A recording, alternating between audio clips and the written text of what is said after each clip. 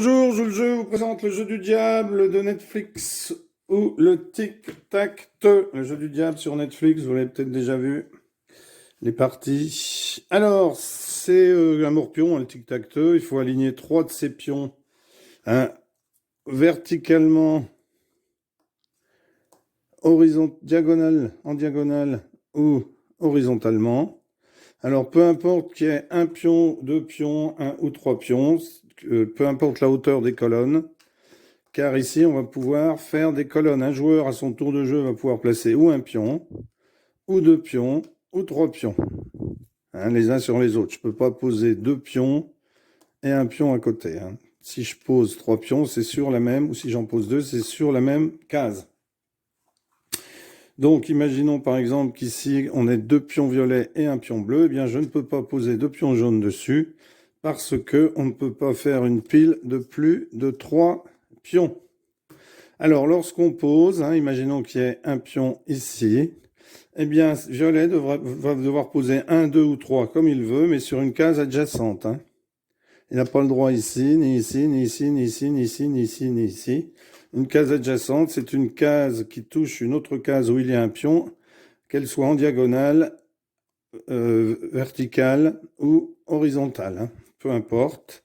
Une case adjacente, c'est une case qui est juste à côté d'un pion, qui touche cette case par le coin ou par les bords. Donc, les joueurs débutent avec 5 pions comme ceci au départ.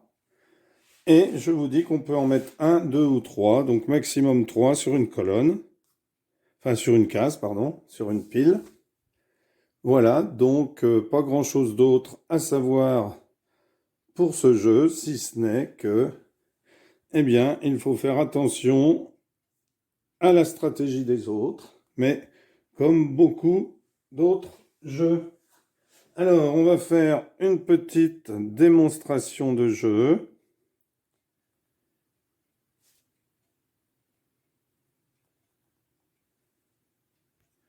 Donc, vert commence en mettant 3 de ses pions ici.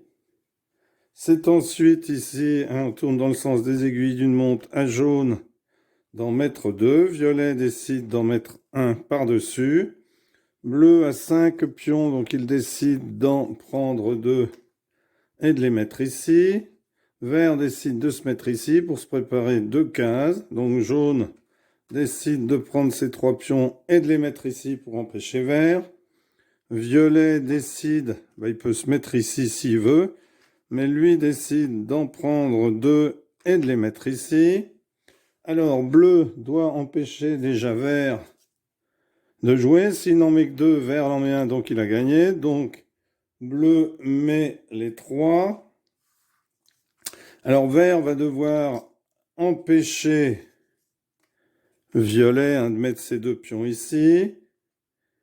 Donc jaune va prendre un de ses pions et le mettre ici. Violet va prendre un pion seulement et le mettre ici. Comme ça, il pourra déplacer, enfin, peut-être qu'il compte sur le fait. Alors bleu, malheureusement bleu, ici, est obligé de jouer. Donc bleu va devoir enlever un de ses pions ici, puisque les autres sont couverts. Et lorsqu'on joue une colonne, on ne joue que celui du haut. Donc il ne peut jouer que celui-ci. Il peut le mettre ici. Mais il va le mettre ici ou ici. Alors vert, lui, décide de se mettre ici. 1, 2, 3 verts. Les 3 points sont alignés. Donc victoire des verts. Voilà, excellent petit jeu. Alors, on va montrer une des parties qui s'est déroulée dans le plan du diable, sur dans une émission de télé-réalité qui s'appelait Le plan du diable. Donc, on va montrer une partie.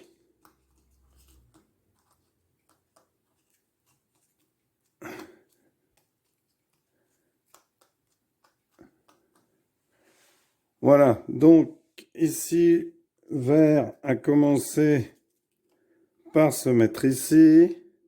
Le jaune a continué en se mettant ici. Violet a pris 3 de ses pions qu'il a mis ici. Bleu a pris 3 de ses pions qu'il a mis ici. Alors attention, parce que là, c'était une erreur.